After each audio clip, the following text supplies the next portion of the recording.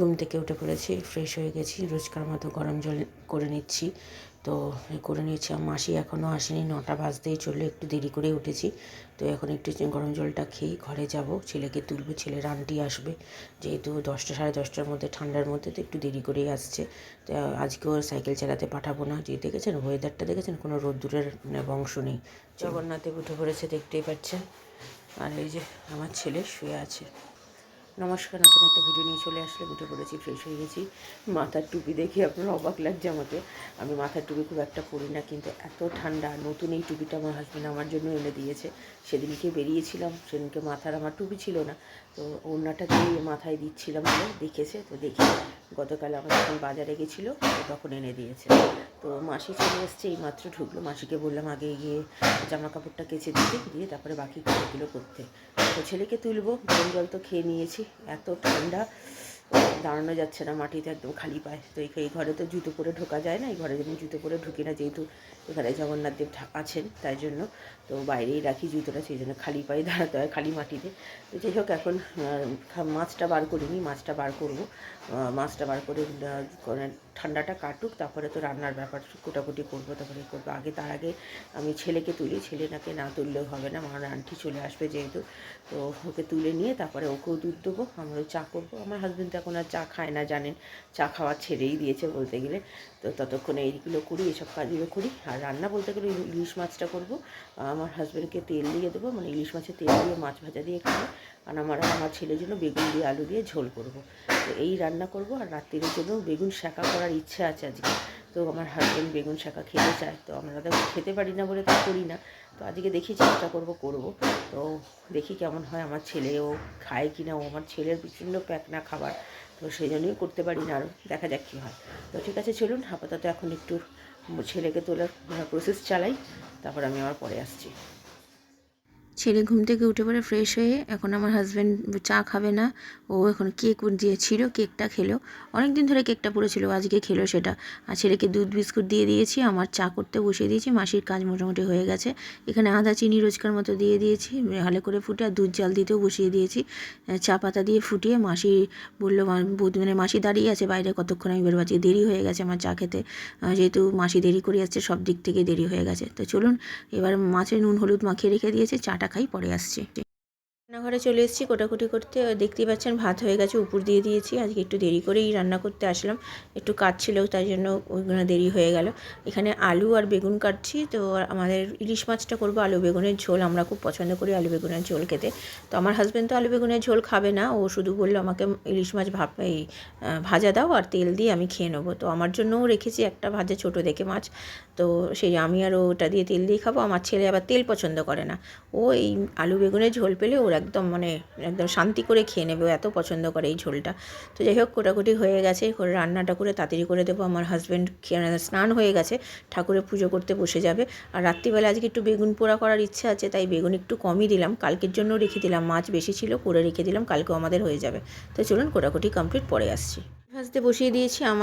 আমার হাজব্যান্ডের মাছ ভাজা বললাম না, তো এটা বড়টা আমার হাজব্যান্ডকে দেবো, ছোটো একটা মাছের পিস ছিল, তো সেটা আমার জন্য রেখেছি, তেল দিয়ে খাবো বলে। তো এই যে তেল আর কাঁচা লঙ্কা দিয়ে দিয়েছি তেলের মধ্যে, আমার হাজব্যান্ড আর আমার হয়ে যাবে ভালো মতো। যেহেতু আমার মাছের ঝোল আছে, আমার তেলটা একটু কম হলেও চলবে, আমার হাজব্যান্ডকে একটু বেশি করে দেবো।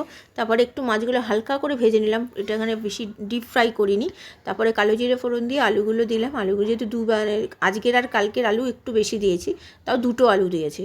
আর বেগুন দেখতে পাচ্ছেন, কালকে আর আজকে আমাদের হয়ে যাবে।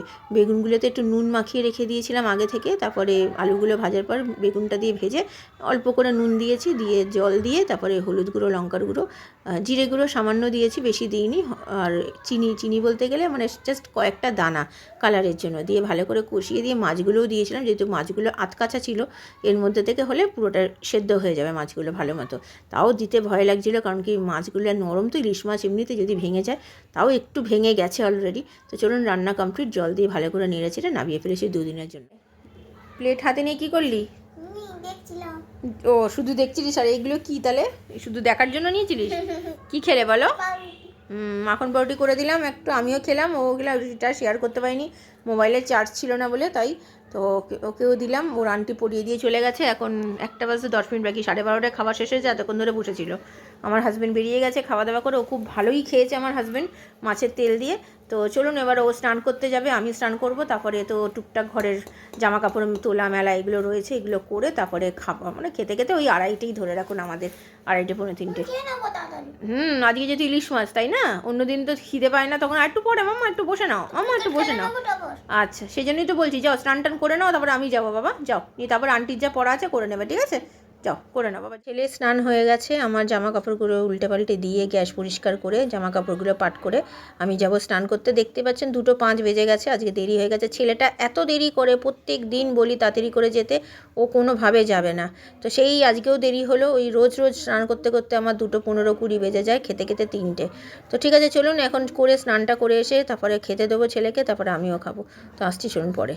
আমার বাড়িতে চলে এসেছি, ছেলেকেও একটু তেল দিয়ে মেখে দিলাম, আমি একটু নিলাম, মাছ ভাজা অল্পই আছে ছোট দেখেই, ওটা নেব আমি আর ছেলে। আর এখানে ইলিশ মাছ এই যে গরম করে নিয়েছি, আর একটু গরম করবো, আগে এটা খেয়ে নিই। আমার ছেলে খেতে চাইছিল না, তো একবার খেলেই ওর ভালো লাগবে। তো চলুন আগে খাওয়া দাওয়া সেরে নিই। তো খেতে অসাধারণ হয়েছে, আমার হাজব্যান্ড তো মাছ খায়নি, আমি এমনি চেকে দেখেছি, খুব ভালো হয়েছে। তো খাওয়া দাওয়া সেরে নিই, চলুন পরে আসি। দুপুরে খাওয়া দাওয়া সেরে জাস্ট এই 5 মিনিট হয়েছে উঠেছি। জামা কাপড়গুলো তো আবার উল্টে দিলাম, কিছু শুকায়নি, যেগুলো শুকিয়েছিল সেগুলো তো পাট করে রেখেছি, আপনাদের সাথে শেয়ার করেছি। আর যেগুলো শুকায়নি এখনও শুকায়নি, ওগুলো শুকাতে হয়তো সন্ধে হয়ে যাবে, থাক ঠিক আছে। তো খুব ভালো খেয়েছি, তেল দিয়ে, মাছের তেল দিয়ে ভাজা দিয়ে ছেলেকেও খাওয়ালাম, খেতে চাইছিল না, জোর করে খাওয়ালাম, তারপরে খেলো। খেয়ে দিয়ে তারপরে মাছের ঝোলটা তো মানে অসাধারণ হয়েছে, এত ভালো হয়েছে, এত পাতলা করে, একদম পাতলা করে করেছি, মানে তেলও কম দিয়েছি, একদম মশলাও কম দিয়ে করেছি, খেতে খুবই ভালো হয়েছে। আমার হাজব্যান্ড যে কেন খায় না আমি বুঝতে পারি না, ভাজা দিয়ে খেলো কিন্তু মাছের ঝোলটা খেলো না, কীরকম বলবো বলুন। এত সুন্দর মাছের ঝোল পাতলা করে করেছি, মানুষ কিন্তু সুন্দরভাবে খাওয়া যায়, কিন্তু ও খাবে না। যাকে খাবে না তাকে তো আর জোর করে খাওয়ানো যাবে না। তো এই এখন একটু রেস্ট নেবো, একটু শোবো, ছেলে আর আন্টির পড়াগুলো করবে, অঙ্ক আছে, ইংরেজি আছে, পড়া তো শুরু হয়ে গেছে। তো এই হচ্ছে ব্যাপার। আজকে আমার স্টুডেন্ট বলেছে আসবে, এখনও জানি না সত্যি মিথ্যে তারা ওরাই জানে। গতকাল ফোন করে বললো আসবে না, তো আজকে দেখা যাক আসে কি আসে না।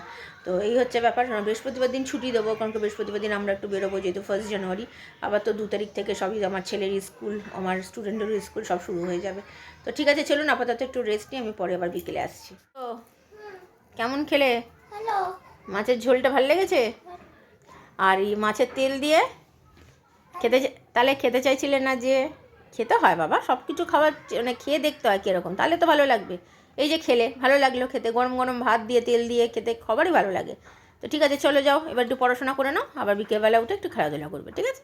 মাসি রুটি করে যাওয়ার পরে তো এখানে চলে আসলাম বেগুনটা কাটতে। বেগুনের ভেতরটা দেখলাম, এই বড় বেগুনটার পোকা, এত সুন্দর বেগুনটা ভেতর দেখুন পুরো পোকা। তো ওগুলো বাদ দিয়ে যতটুকু পেরেছি সব বসিয়ে দিলাম। এদের একটা টমেটোও দিলাম, সেটা আপনাদের সাথে আর শেয়ার করতে ভুলে গেছি। পেঁয়াজ কেটে নিলাম কুচি কুচি করে, আর ধনেপাতা, লঙ্কা।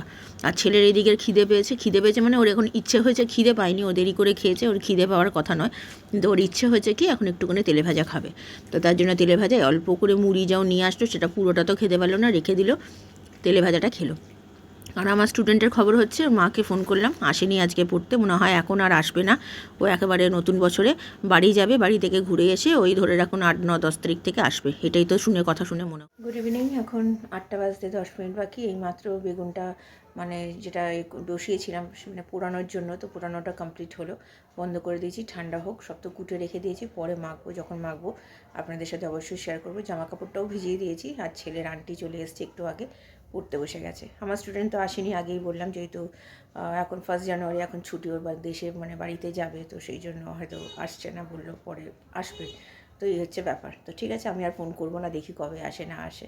তো ঠিক আছে চলুন এখন বসি, আমি যখন মাখবো তখন আপনাদের সামনে আবার এসে সেটা শেয়ার করবো। চলুন পরে আসছি। বেগুন পোড়াটা মাখতে চলে আসলাম। বেগুনটা তো করে নিয়েছি, সেদ্ধ করে মানে পুড়িয়ে নিয়েছি, সেটা তো জানেন।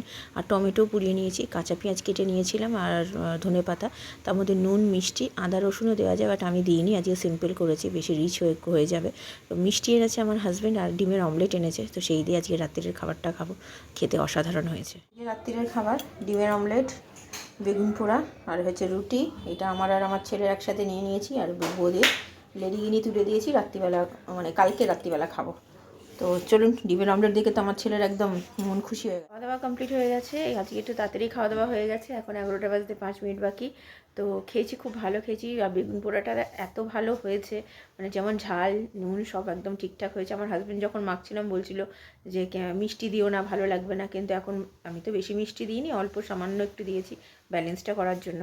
তো খেতে খুবই সুন্দর হয়েছে, আমার হাজব্যান্ডও বলছে খেয়ে ভালো লেগেছে, আর আমার ছেলেরও ভালো লেগেছে। আমার ছেলে কিন্তু এসব খুব একটা খায় না, তো মুখে দিয়েছি, যখন মাখার পর মুখে দিয়েছি তখন বলে হ্যাঁ মামা খুব ভালো লাগছে। তো খেয়েছি, ডিমের অমলেটটাও বেশ ভালো লাগলো। আর মিষ্টি বলে আমি লেডিকিনি তুলে রেখেছি, আর বোঁদে নিয়ে এসেছিলো, বোঁদেটাও গরম করে খেলাম, খুব ভালো খেয়েছি। গরমে গরম গরম বোঁদে খেতে খুব ভালো লাগে। তো যাই হোক, মোটামুটি সব কাজ গোছানো হয়ে গেছে, জামা কাপড় ভেজানো, চাল ভেজানো সব হয়ে গেছে। আমার তো কালকে রান্না বলতে গেলে সকালের রান্না রয়েছেই, মাছ করে রেখে দিয়েছি। আমার হাজব্যান্ডকে বললাম ওর মধ্যে তাহলে একটা মাছ ভেজে দিই, মানে কাতলা মাছ, ও খাবে না। এখন দেখা যায় তাহলে ওকে একটা কিছু করে দেবো, মাছের ঝাল বা কিছু একটা করে দেবো, তো সেটা হয়ে যাবে। আর একটা কিছু করবো, রাত্রির জন্য একটা করবো, তাহলেই হয়ে যাবে। তো ঠিক আছে চলুন, এখানে ছেলে এখন করছে, মোবাইল দেখছে, আর আমাদের টিভিটাও চলছিল, এখন বই হচ্ছে একটা সাউথ ইন্ডিয়ান বই, বইটা দেখছি। তো ভিডিওটা তাহলে আর বড় করছি না, ভালো লাগলে লাইক শেয়ার সাবস্ক্রাইব করবেন। কালকে নতুন একটা ভিডিও নিয়ে চলে আসবো। আপনারা ভালো থাকবেন, সুস্থ থাকবেন, নমস্কার।